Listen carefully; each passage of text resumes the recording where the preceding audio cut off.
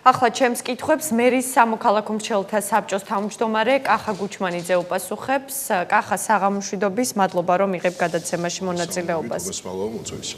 კახა, მინდა კითხო, რამდენად ჯანსაღი პროცესები პრინციპში რადგანაც ვხედავთ რომ სახეზე ვხედავთ რომ არ არის ჯანსაღი პროცესები, მე მაინტერესებს შენგან შენ როგორ აფასებ ამ ფაქტს? უკვე მეორე შემთხვევაა რეგიონში რომ არჩეული მერი ესე კონკრეტული განმარტებების გარეშე ტოვებს თანამდებობას. შენ როგორც მერის სამოქალაქო მრჩეველთა საბჭოს თავმჯდომარე, როგორ მიიჩნევ ამ მოვლენებს?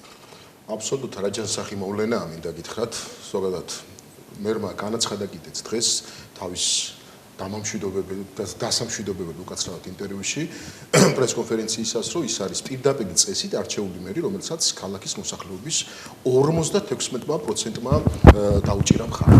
აქედან გამომდინარე, თუ კი 56%-მა გამოგიცხადა და მოგცა ნდობის ვოტუმი, ეს ხალხი, თუნდაც ეს იყოს მართველი პარტიის კოორდინატორები, ამ პარტიის წევრები და არა მხოლოდ ისინი, იმსახურებენ მინიმუმ იმას, რომ გასცე დამაჯერებელი პასუხები იმის თაობაზე, თუ რატომ ტოვებ თანამდებობას, ვადამდე არც თუ პატარა დროით ადრე და მიდიხარ თანამდებობიდან. მან თქვა დღეს, რომ დარჩენა იქნებოდა დამაზიანებელი ქალაქისთვის. როგორ ფიქრობ, რატომ თქვა ლაშა კომახიძემ ეს სიტყვა? ის პასუხი, რაც მე მოვისმინე, არის აბსოლუტურად არაადეკვატური და არადამაჯერებელი. უფრო მეტიც მე ვთვლი, რომ ამ პასუხში იმალება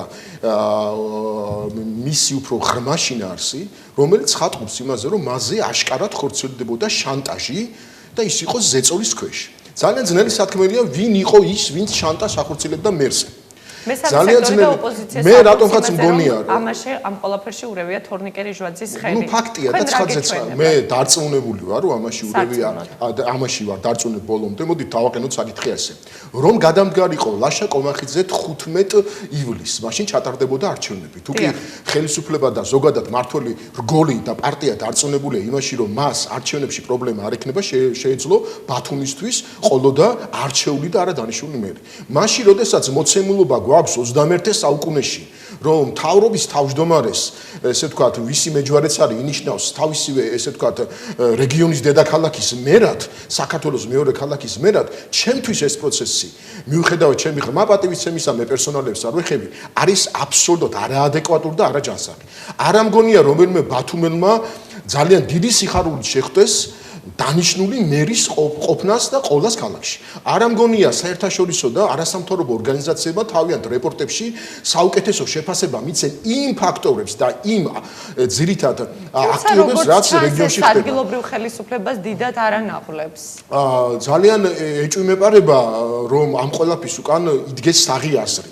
ხშირ შემთხვევაში მებადება შეკითხვა იმისა, რომ ძალიან დიდი ალბათობით არასრულფასოვნების კომპლექსის მქონე გონებაში შეიძლება დაიბადოს ასეთი არაჯანსაღი სტრატეგიული გადაწყვეტილებები. ეს არის ფაქტი.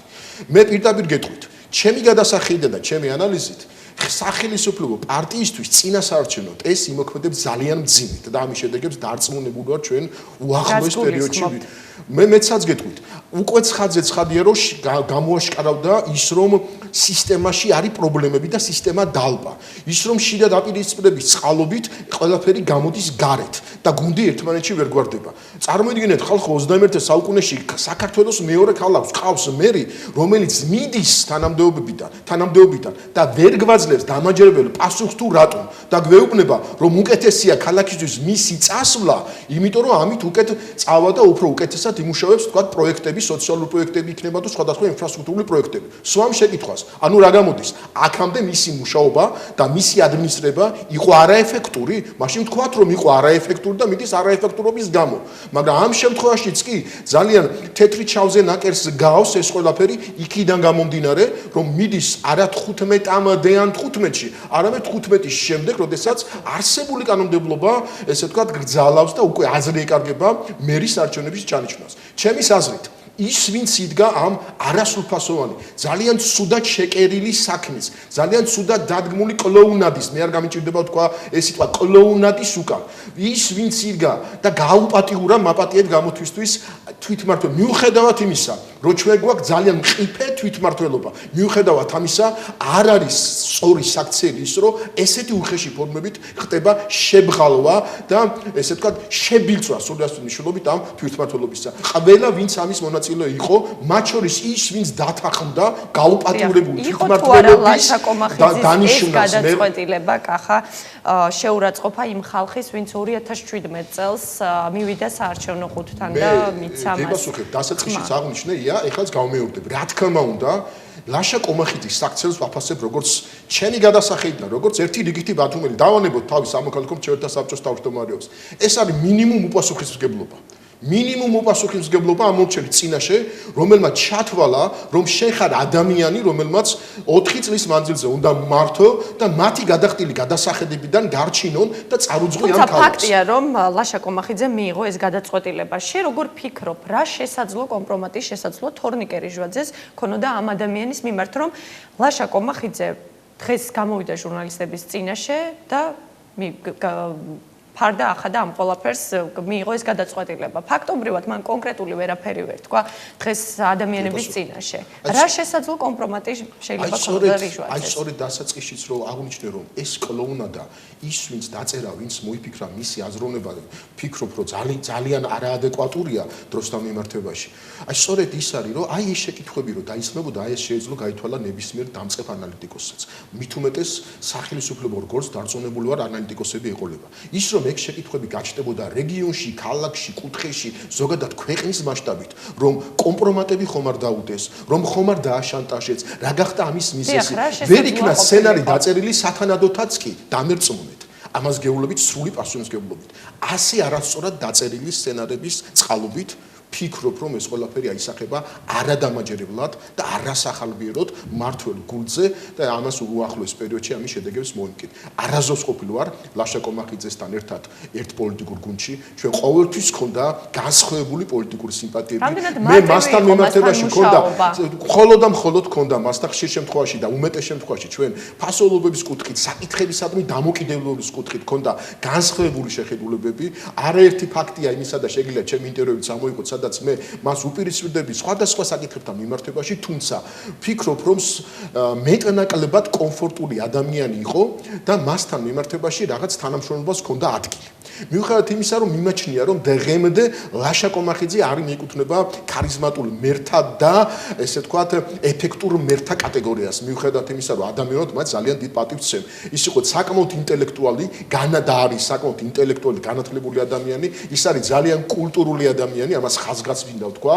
ადამიანი, რომელიც მზად არის წამოვიდეს კოლეგიალობაზე, თანამშრომლობაზე, თუმცა მიმაჩნია, რომ მას როგორც მერს არ გააჩნდა პოლიტიკოსისთვის მახასიათებელი განსაკუთრებული მნიშვნელოვანი თვისება, რაც უნდა ახაც ეს არის ქარიზმა, ეს არის ეფექტურობა და მართლობით კუთხით გადაწყვეტილების მიღებისას მაქსიმალური პრინციპულობა. აქედან გამომდინარე მიმაჩნია, რომ მიუხედავად ამისა, მას უნდა მიცემოდა საშუალება იმისა, რომ გაეგრძელებინა მუშაობა, მიუხედავად იმისა, რომ ბათუმლებს და მეც უამრავი შეკითხვა ჰქონდა მასთან და უამრავი დაპირისპირება. მინდა გითხრათ, ის ვინც დღეს დათანხმდა ახალ მერთან, ვიცემერთან თანამშრომლობასთან დაკავშირებით რა. ნუ ეს ვიცემერი პრინციპში არის მერის მოვალეობის შემსრულებელი და როგორც მოცემულობაა დღევანდელი მოცემულობით ის წელიწადი და რამოდენიმე თვე კიდევ იქნება ესე ვთქვათ ამ ქალაქის დანიშნული მერი. ხაზს უსვამ დანიშნული მერი და არა არჩეული მერი. თუმცა მოგიწევთ ალბათ მასთან. არა, მოდი შევთავაზეთ ერთ რაღაცაზე.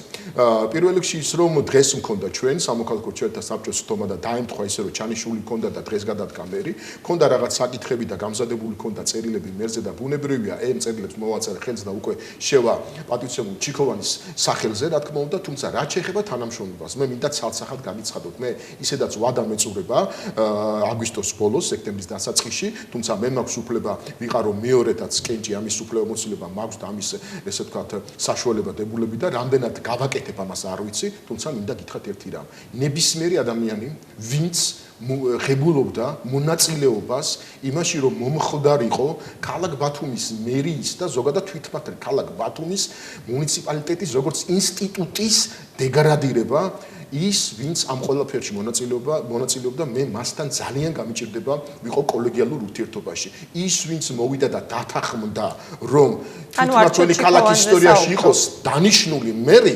მიუხედავად ჩემი თქვათ პიროვნული დამოკიდებული მე მისი პიროვნებას ნამდვილად ნაკლებად მაინტერესებს ამ შემთხვევაში ძალიან პატივს ვცემ პირიქითაც, თუმცა მიმაჩნია რომ პრინციპული მიდგომა არავითარ შემთხვევაში ადამიანი რომელიც დათანხმდა ჩემთვის არის მონაწილე აი გაუპატიურებისა რაც მოხდა ეს არის თვითმმართველობის გაუპატიურება მაპატიეთ გამოთქმისთვის. აქედან გამომდინარე არ ამგონი ამას კარგი რეზონანსი მოყვა, აი პირდაპირ გეუბნებით. ძალიან ბევრ საერთაშორისო ორგანიზაციების რეპორტებში და მათ შორის საელჩოების რეპორტებში ეს ყველაფერი აისახება არადადებითად და ძალიან ცუდად წარადგება. რატომღაც მგონია რომ ამ ყველაფრის უკან ესე ვთქვათ ძალიან საღი აზრი არ უნდა იდგეს რაც არ არის სასურველი რა თქმა უნდა. მადლობა კახა, უნდა დაგემშვიდობო და წარმატებებს გისურვებთ. მე კი მაყურებელს შევახსენებ, რომ ჩემს კითხვებს კახა გუჩმანიძე პასუხობდა, რომელიც მერის სამოქალაქო მრჩეველთა საბჭოს თავმჯდომარეა.